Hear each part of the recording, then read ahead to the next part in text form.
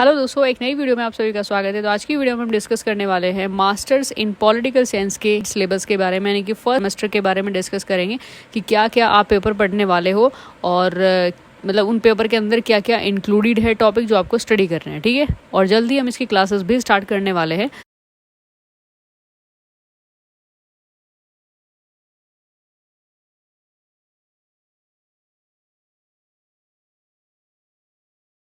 और जो भी आपका फ्रेंड सर्कल है जो एमए की तैयारी करना चाहते हैं तो उनको भी वीडियो शेयर कर देना, क्योंकि जल्दी जो क्लासेस है वो हम स्टार्ट करने वाले हैं। तो चलिए अब स्टार्ट करते हैं। ठीक है, देखिए सबसे पहला पेपर आता है आपका ट्रेडिशन ऑफ पॉलिटिकल थिंकिंग, यानी कि जो परंपरागत राजनीतिक चिंतन है। ठीक है, इसमें परंपरा यानी कि बहुत एंशियंट जो हिस्टोरिकल बैकग्राउंड है पॉलिटिकल का, वो पढ़ने को आपको देखना, मतलब वो स्टडी करने को आपको मिलता है, जिसमें आप Indian, Greek, Roman, European, American and third world के बारे में इसमें डिस्कस करते हो। तो इंडियन के पर्सपेक्टिव, यानी कि भारत के पर्सपेक्टिव से आप क्या पढ़ते हो, धर्मशास्त्र और अर्थशास्त्र के बारे में पढ़ते हो। ठीक है, इनका वैसे डिटेल में हम लेक्चर में बात करेंगे, ज़्यादा डिटेल में हम इसमें सिलेबस में डिस्कस नहीं करेंगे, अदरवाइज ये वीडियो ही काफ़ी लेंथी हो जाएगी। इसमें सिर्फ हम ये डिस्कस करेंगे कि क्या क्या आपको टॉपिक पढ़ने हैं। ठीक है, इसके बाद आता है ग्रीक में आप प्लेटो पढ़ते हो एंड देन अरिस्टोटल पढ़ते हो, जो कि मतलब अगर वेस्टर्न्स के ग्रीक साम्राज्य की बात करें, ठीक है, उसमें थिंकर्स की बात करें, एंशियंट थिंकर्स की बात करें तो प्लेटो और अरिस्टोटल आते हैं। ठीक है, थर्ड आता है रोमन। तो रोमन में सिसरो, एस्टी थॉमस, एक्विनस। देखो हमने ना ग्रेजुएशन में वेस्टर्न पॉलिटिकल थॉट आपने पेपर पढ़ा होगा। ठीक है, अगर आपके ग्रेजुएशन में पॉलिटिकल था, ठीक है, तो आपने पढ़ा होगा जो कि प्लेटो से लेकर के एक्विनस, जॉन रॉल्स तक और नेरे तक, जूलियस नेरे तक आपने एक ही किताब के अंदर पढ़ा है। अलग अलग मतलब आपको नहीं पता था कि भाई कौन किस एरा से है। ठीक है, मास्टर्स में क्या है, सब कुछ अलग अलग, यानी कि थोड़ा सा सेपरेट करके पढ़ना पड़ता है कि भाई जो ग्रीक थिंकर है वो कौन से हैं, प्लेटो एंड अरिस्टोटल। रोमन थिंकर कौन से हैं, सिसरो, एस्टी थॉमस, एक्विनस। ठीक है, इनकी बायोग्राफी से लेकर के इनके thought is a very important, क्योंकि अगर आपके जैसे कोई भी क्वेश्चन आता है तो उसमें डेट तक भी पूछ ली जा सकती है। हम कुछ भी ऐसा पेंडिंग नहीं छोड़ेंगे, जो भी क्लासेस में होगा ना वो इनकी बायोग्राफी से लेकर के सारे थॉट्स को डिस्कस करेंगे। ठीक है, फिर यूरोपियन में आता है जीएस मिल एंड बेंथम। फिर इसके बाद अमेरिकन में पढ़ते हो आप David Easton and John Rawls. इसके बाद थर्ड वर्ल्ड, यानी कि जो जब सेकेंड वर्ल्ड वॉर हुआ था उसके बाद जो तीसरी दुनिया जो बनती है, ठीक है, तीसरी दुनिया में यानी कि उसमें भारत भी इंक्लूडेड है, तो उसके कुछ थिंकर्स आपको पढ़ने होते हैं, जिसमें गांधी एंड जूलियस नेरेरे। ठीक है, तो ये सारे ट्रेडिशन ऑफ पॉलिटिकल थिंकिंग के ही चैप्टर्स हैं, टॉपिक्स हैं। ठीक है, आप चैप्टर बोलो, चैप्टर से ही टॉपिक्स बोलो, मतलब एज यू विश। तो ये सारे टॉपिक्स आपको इसमें स्टडी करने पड़ते हैं। दूसरा आपका पेपर आता है कंपैरेटिव पॉलिटिक्स, यानी कि तुलनात्मक जो राजनीति है उसके बारे में। So why compare and how utility and approach institutionalism and new institutionalism. ठीक है, कि भाई हम कंपेयर क्यों करते हैं, कैसे करते हैं, तो यूटिलिटी एंड अप्रोच क्या उसके उपागम है, तो यहाँ पर संस्थावाद है वो उसमें पढ़ना है। न्यू इंस्टीट्यूशनलिज्म, ठीक है, नव संस्थावाद, तो ये कुछ आइडियोलॉजी है जो इस वाले पेपर में आपको पढ़नी होती है, जैसे डीकोलोनाइजेशन एंड कॉन्स्टिट्यूशनलिज्म। तो यहाँ पर उपनिवेशवाद आप पढ़ते हो एंड संविधानवाद क्या है, तो सारे के सारे ना आइडियोलॉजी आप इस वाले पेपर में पढ़ते हो। फिर इसके अलावा political development, political modernisation, political culture, political socialisation, political parties, pressure groups, civil society organisations, political elites and political leadership.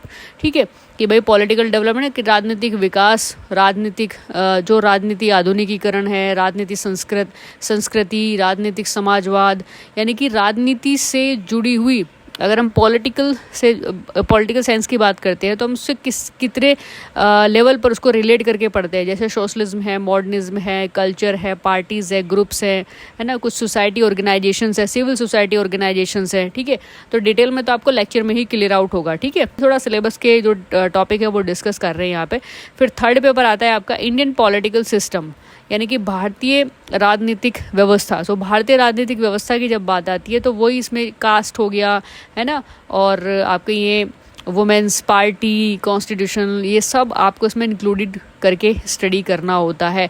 जैसे इसमें making of Indian constitution process and ideologies, कि भाई भारत का कॉन्स्टिट्यूशन कैसे बना, उसका क्या प्रोसेस था एंड विचारधाराएं क्या क्या थी। ठीक है, फिलोसफी ऑफ इंडियन कॉन्स्टिट्यूशंस, कि भाई भारतीय संविधान की क्या फिलोसफी, क्या दर्शन रहा है, जिसमें प्रियम्बल आपको पढ़ना है भाई कैसे बना है, उसकी स्टार्टिंग, उसका प्रस्ताव है ना, fundamental rights, duties, directive principle of state policy, अगर आपके पास BMA पॉलिटिकल साइंस आपने पढ़ा है तो डेफिनेटली आप इसे रिलेट कर पा रहे होगे, क्योंकि ये आपने ग्रेजुएशन में भी ये सब पढ़ा होगा।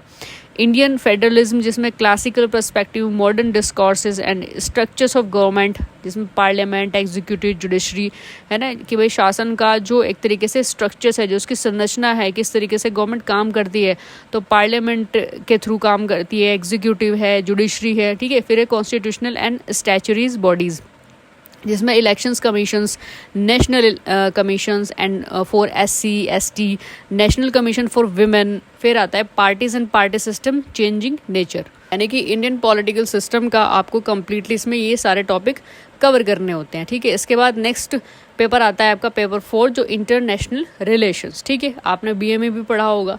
देखो सेम टू सेम ही टॉपिक रहते हैं, बस थोड़ा सा ही होता है कि मास्टर्स में आपको थोड़ा सा डीप करके स्टडी करना पड़ता है, ठीक है। इसमें पहला है जैसे थ्योरेटिकल ट्रेडिशन, जिसमें idealism, realism and new realism, feminism, तो ये कुछ विचारधाराएं हैं, आदर्शवाद, ठीक है, यथार्थवाद, नव यथार्थवाद और फेमिनिज्म यानी कि नारीवाद, ये सारे कॉन्सेप्ट आपको इसमें पढ़ने होते हैं। एंड की डिटर्मिनेंट्स, इनके कुछ कीवर्ड्स है जैसे national interest, national security, balance of power, collective security. Conflict and peace की बात करें तो state and non state actor, disarmament, international technology, controlism, peace keeping versus peace making, ठीक है। And then international political economy, अंतर्राष्ट्रीय राजनीति आर्थिक level पर क्या क्या चीज़ें इसमें स्टडी करने, ब्रेटन वुड्स इंस्टीट्यूशंस, ठीक है। बेसिकली इसमें WTO, IMF और IBRD, इनसे रिलेटेड जो फंड रिलीज करने में बेसिकली मतलब इंटरनेशनल लेवल पर काम करता है, देशों को फंड देता है, वो इसी के अंतर्गत ब्रेटन वुड्स जो कॉन्फ्रेंस इसी के अंदर रखा जाता है। एंड देन इसी के अंदर आप ये सारे टॉपिक्स कवर करते हो। ग्लोबलाइजेशंस, न्यू इंटरनेशनल इकोनॉमिक में ऑर्डर, WTO, G20, ब्रिक्स, ये सारे ऑर्गेनाइजेशंस हैं। इंटरनेशनल ऑर्गेनाइजेशंस में united nation organisation, SAARC, European union, Asian, ठीक है। एंड देन लास्ट आता है इसमें कंटेम्पोरेरी चैलेंज, जिसमें इंटरनेशनल टेररिज्म, क्लाइमेट चेंज, ठीक है, कि भाई अंतर्राष्ट्रीय लेवल पर भी कुछ चैलेंज हैं जो बेसिकली इसमें हमें स्टडी करने पड़ते हैं, जैसे टेररिज्म यानी कि आतंकवाद है, क्लाइमेट चेंज है, ठीक है, ये सब।